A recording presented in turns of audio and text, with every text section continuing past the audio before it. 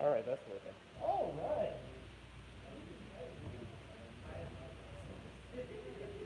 Oh, nice, I can see my slides. Okay. So now I'll see where I actually set that live stream up. All right, it makes the most sense for me to sit here, I think. So I'll move this over. I'm on mic 3. All right, we got it. Hello, everyone. Welcome to this extension of the Collecting 101 panel series. Went on hiatus, briefly. Had a lot of time to think about things, a lot of time to get in tune, a lot of time to self-reflect. Turns out I really like the color purple. And did a little bit of thinking, thought, how do we get back into this? And what better way to get back into the mindset of collecting, the psychology of it, than how to get rich in 5 steps. Now, I gotta get a little bit unmundane. I'm as myself right now. I'm a little nervous because I haven't talked to people for a while, so I gotta get a little bit rich here. Much better. So, oh yeah, by the way, I rock only the best brands. It says Supreme, in case you can't see it. Now, wealth. What is wealth? Wealth measures the value of all the assets of worth owned by a person, community, company, or country. The accumulation of scarce resources. This is the definition found when you Google what is wealth. Word for word. For example, examples of wealth. There's power. There is a wealth of glory. And of course,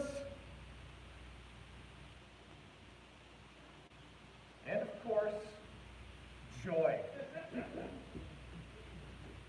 Now, step 1, assess.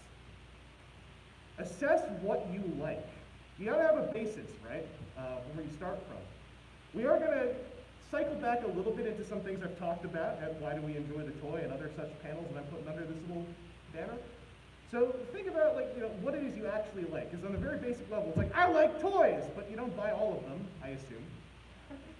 So there's going to be certain branches on the tree that you enjoy the most. And assess how you like it. Again, it's kind of hard, nigh physically impossible to enjoy literally everything. So figuring out how you enjoy things, and by that I mean, do you enjoy Funkos? Do you enjoy statues? Do you enjoy shelf pieces? Do you enjoy things you can play with your hands? Stuff like that. Kind of getting onto that second layer of the onion of who you are as a toy collector. And then you think about where you like it. By which I mean, do you just like having things on your desk? Do you like having things on a shelf? Do you like having things in specifically a photographable display that you can use to get some hot Instagram clout every time you take photos of it? And do you invest in that? Do you put LEDs and things, and you do all that stuff I don't know how to do, which makes me get a little bit resentful every time people take really pretty shelf photos with like multicolored LED lights in the background. And then you think about why you like it. And this was kind of the crux of an entire couple of panels I've done. So I'm not going to go over all of it again, but it's kind of the idea, to put it very simply and quickly, of someone who enjoys a 1/6 scale collectible that you has a sort of a limited posing lifespan versus a kid's transformer that you can literally transform and smack into another toy and make a thing flip out hundreds of times in perpetuity. Those are extremes, but that's kind of what I mean by the why of why you enjoy things. Again, all thinking about a step beyond, I like it because I'm a Transformers fan, or I like it because I'm a toy fan, and kind of thinking about the more personal side of it. Oh, push the wrong button. There we go. No, just gotta wait. What, how, where, why, how. Funny. Real funny. Some joker got my slides. Step number 2. Take stock. Stocks are the root of all riches. And by take stock, I mean take stock in how much you've got. It's a real simple thing to say, which is how many toys you got. But especially in the last year and a half, it's really easy to lose track. Like when a lot of your toy buying has potentially been through online ordering and pre-orders, sometimes things you've paid in advance for, it's easy to lose track over time. And that, like, at some point, 8 months in, you're like, wait a second, why don't I have room anywhere for this new shipment that came in? This hasn't been a problem. And you realize it's because all those other previous 7 shipments that came in were going somewhere else. So the enjoyment of your stuff has a lot of connectivity with knowing what you have. It can actually kind of go both ways, but I don't want to set up the reward system I set up for myself of like, no, it's great when I don't know where things are, because then when I find them, it's like I got them new again.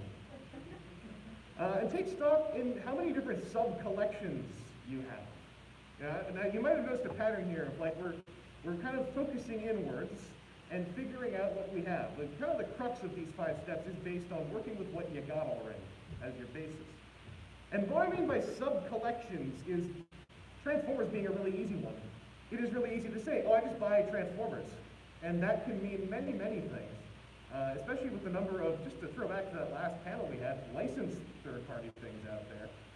Super Ultimates, Funko Pops, and Kuro Karakuri pieces. If you pick up, oh, I really like Tarn, I'll get the really expensive Tarn, and then turns out you bought like 3 of that line, and you feel like, oh, that collection means something every time I get one of those. I could be thinking about this.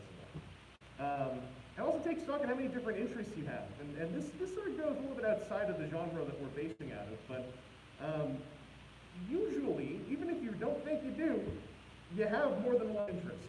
I've sometimes had trouble kind of recognizing that, but with the last amount of time we've had, and I alluded to this a few hours ago, when I had the scarf on the inside and I was more humble, so I will be louder this time. I got way deeper into that tabletop gaming in the last year and a half. I picked up a couple miniatures game systems that are not Games Workshop, thank goodness. So just to get right on top of the whole thing of like, no, I'm not broke. But still, it's really easy to buy a lot of Infinity. It's really easy to start thinking you want to buy a lot of Battletech. It's really easy. To look at Games Workshop and think, oh, Kill Team's a really easy game. You just buy like 8 figures, but you do it like 14 times. So it's good at times like to think about like, I enjoy this one thing a lot. This is what I consider myself a collector of. But do I have other interests that are like, they're on this level? Like I don't really like go to forums for them or stuff, but like it's still something to keep track of. If not just to like take stock in how many different sources of enjoyment you have and how many outs you have if one starts to lose over another.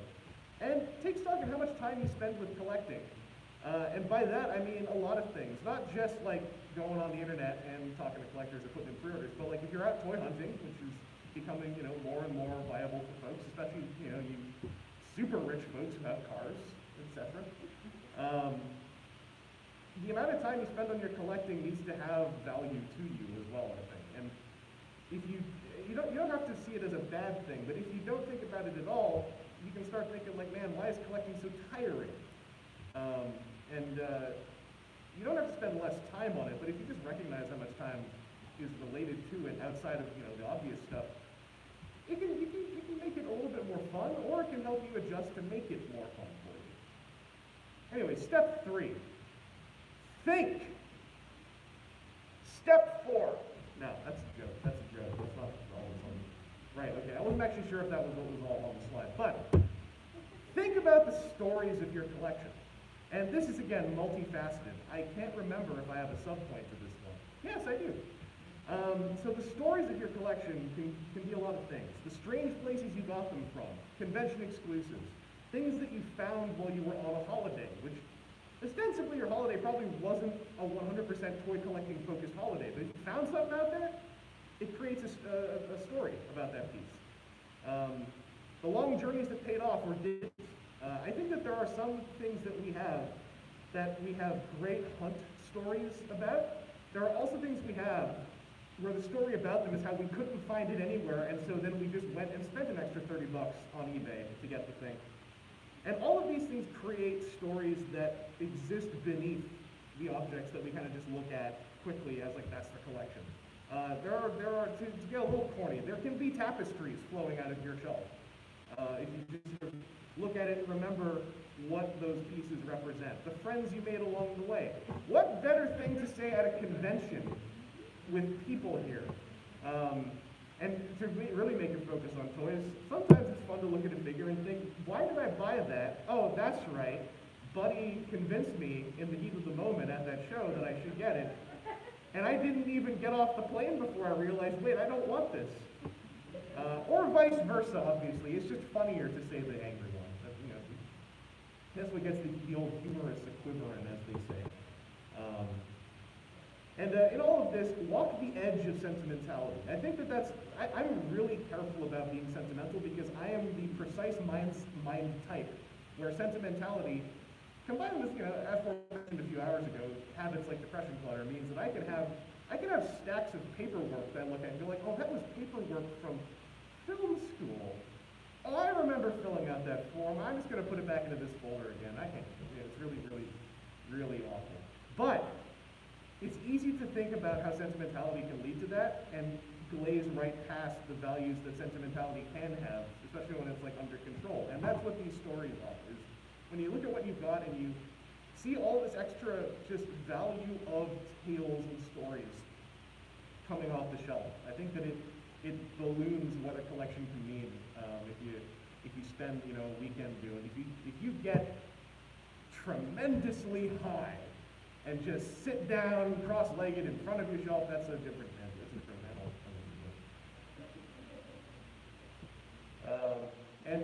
I kind of go into here on this note. Sentimentality without necessarily creating the object physical bonds of sentimentality. So this is going into an idea of we're going to build value and stories out of what we have without cementing the physical objects to those stories. This takes us to step 4, bookkeeping. Yeah, that's right, there's a picture. I looked that up on Google image search all by myself. It took me a little bit because the first one came out as a .webm and I just couldn't load that into this software I'm using to make the presentation. I had to screen cap some of these with Control-Alt-4. Those are big 2 megabyte JPEGs. Go me. Bookkeeping, make records of those memories. That doesn't mean you have to be like a hardcore, meticulous person about this, but eventually, again, as a way to spend some idle time with what you have, taking photos of your collection is making records of those memories. Making videos of your collection is making records of those memories, and writing, something is not valued as much online anymore, partly thanks to Facebook. Writing photos and videos, making media, or just even writing a little few notes down. Take a photo of a shelf. I'm sure there's some kind of software out there. Take a photo of a shelf, tag a few spots on the shelf, and have a little bullet point attached to each of those tags.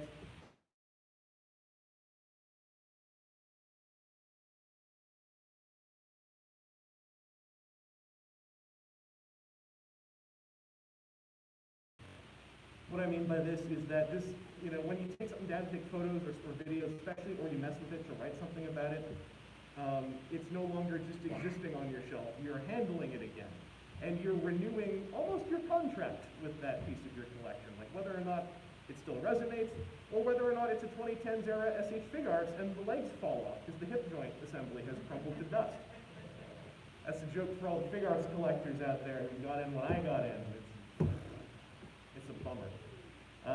And they still are making third-party replacement hip joints, and I don't understand why. There's a whole SH Fig Arts third-party company that makes little bits and pieces. Anyway. Cycle your shelves. This is something I've been meaning to do for 10 years, and I still haven't, but the idea is, and not everyone has to do this, obviously. This is kind of my go-to footnote. Not everyone has to do this, but when you look at the idea of this is my shelf. Everything has a place on my shelf, and that the shelf itself is like layers of wet concrete that are sacrosanct, and they dry around the feet of the toys that you put on it. I really like the idea of a shelf that is not your whole collection. It's what excites you at the moment. It's a scene or something, and that you maybe have not a set timeline, but a sort of soft cycle of when you're like, oh, it's time. I want to pull these down. I want to go through what's not on the shelf and figure out what I want to put on that shelf. I want to make a new little scene to put up there. I'm really good at pushing this button 80% of the way. That's 100%. Revisit and renew tactile connections. That's kind of what I went into when I showed the renew the joy of the new thing. But especially if you are like me and you really like to mess with the things that you own, taking them down, taking them out of the storage box, messing with them again, is like a check-in. You revisit it, and in my case, unfortunately, I often just renew those tactile connections and I put it back into storage or on the shelf. I don't get rid of it. But all of these things, again, bring more value out of what you own. It's the previous step, you remember and you make manifest in a way the stories that are within your collection. And then in here, as you make records of those stories, you also renew your hands-on connections with some of those pieces. Obviously, that's not going to be the case for stuff like statues or, after a while, stuff like Hot Toys, but nonetheless, it's relevant, especially to Transformers. Also, I don't know, dust them, I guess. Like, that's some silly adult thing they invented a couple years ago when I started living by myself. I don't know, I'm not your mom, you're able to take care of yourself. That was a whole bullet point. Step 5. The final step. The gateway to riches.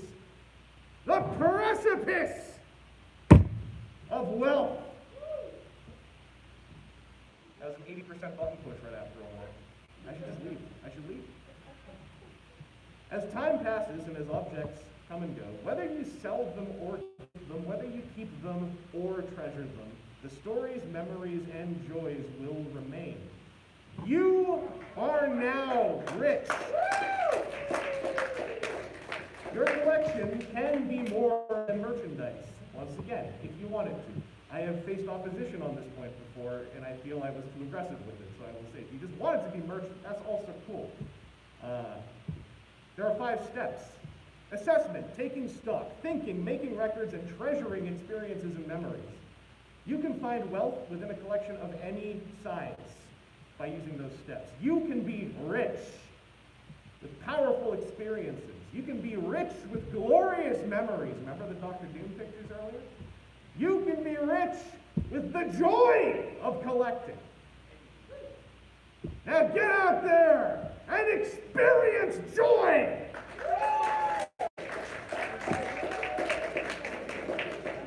Now I know I kind of went into this and I didn't leave much room for Q&A. So obviously I know that like Matt introduced this, right? He said this is how you're gonna get rich. You're gonna get lots of joy, right? That's what he introduced this panel as. I wasn't too sure. I was setting up the laptop over there, and like I thought for a second he said something about money. Like none of you guys thought this was about money, right? Wait, I saw a hand go up. You thought this was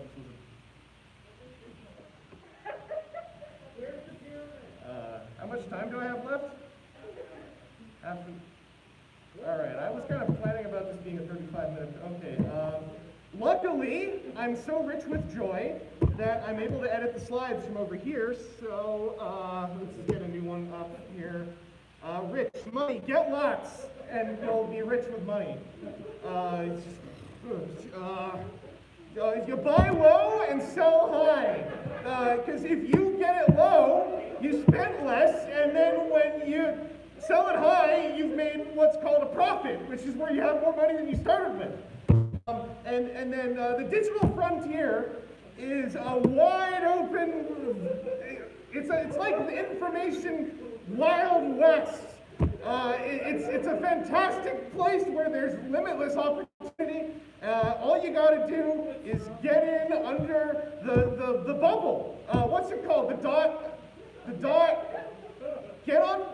Be the dot on the dot bubble, and then you're gonna make so much rich that you're gonna have a whole lot of monies, and your clout on clout. You're gonna have followers. You're rich with followers. Misha's where's Misha? Misha's not here this year, is she? I don't know what to do. So I'm gonna click to exit presentation. And that was a bit I was going to do at the end, because I thought this presentation was going to take me a lot longer to do. So I was really excited about this whole thing, of this last-minute scramble. And then like someone comes in and goes like, "Oh, we got to go to the next panel now," but there was no next panel. So actually, if there is any any thoughts bouncing off this, I see a tie-dyed wrist-banded hand over in the back. What's up? You there, young lad? My question, sir, is I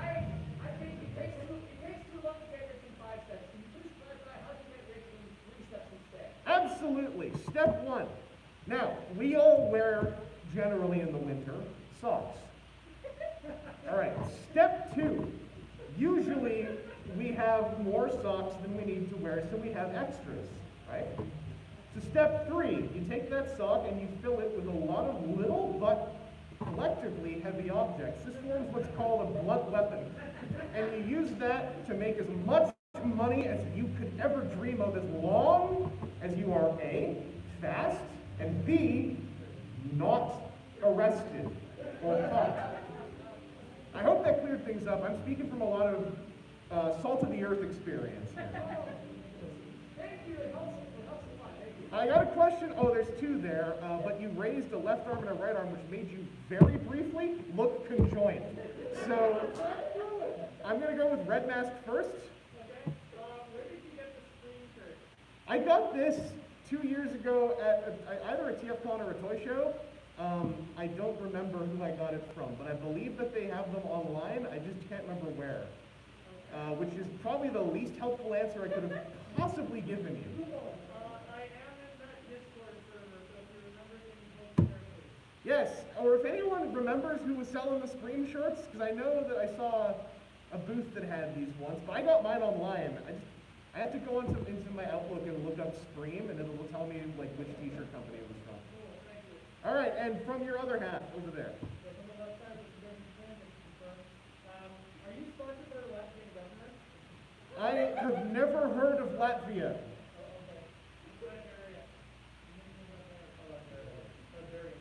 I have never heard of Latveria, and I certainly have absolutely no opinion on the glorious leadership of Victor von Doom. Yes, there, with your hand up. Yeah, I think I'm more impatient. How do I get rich in one step? Well, that's oddly simple, and a lot of people don't think about this, is you just write your name on it. We all can buy permanent markers at your local corner store.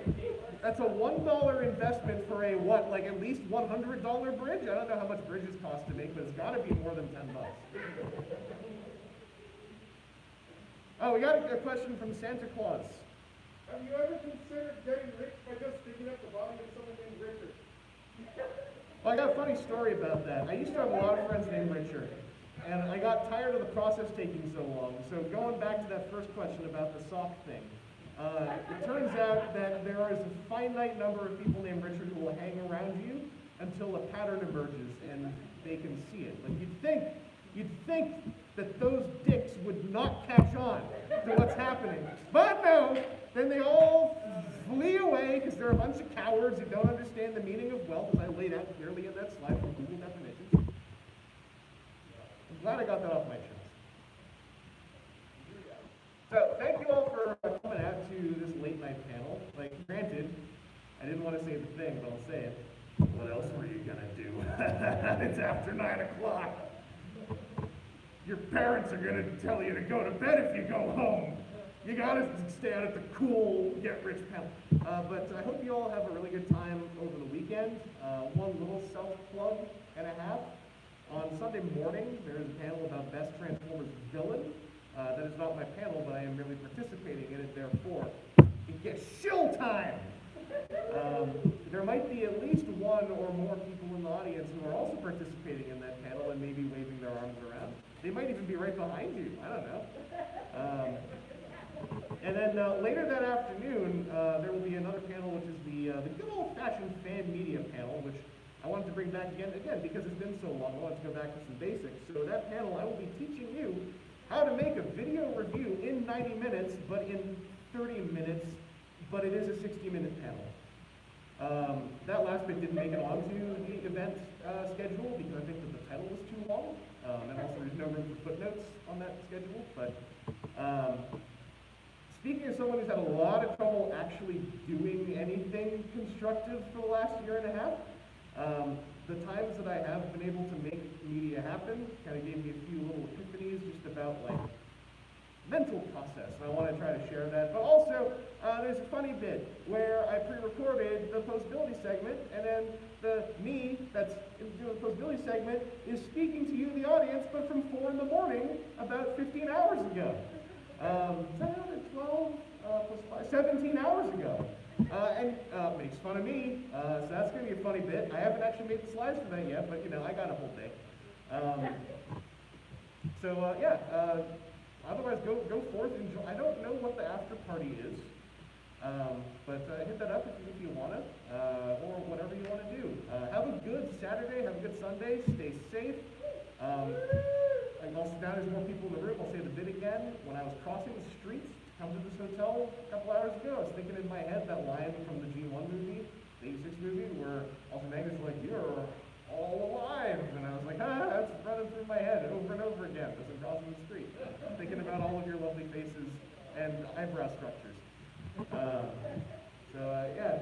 also thank you to the tech team for accommodating my unforeseen twist at the end. Just giving me the best look, just the best look. I have nothing else to say. I just like talking to you all. This happens whenever I'm doing podcasts now. I noticed that I was getting very weird podcast recordings of the pandemic because I was so clingy for contact. They just keep going and going after we stop recording. I'd just be like, "So Aaron, tell me about your car. Tell me about the tires you bought. Are they rubberized? Oh, you have to go eat? That's okay. I'll be here." Yeah, that's what I'm doing now. So I'm gonna clean all this up. But I love you all too. It's so nice to see all of you again. I gotta turn that off. So I'm gonna do that. You can see what the chat said. Oh, hey, Mump says have a wonderful Tfcon. Specifically to all of you there. Give us more! Whole lot of people making crypto jokes in the chat.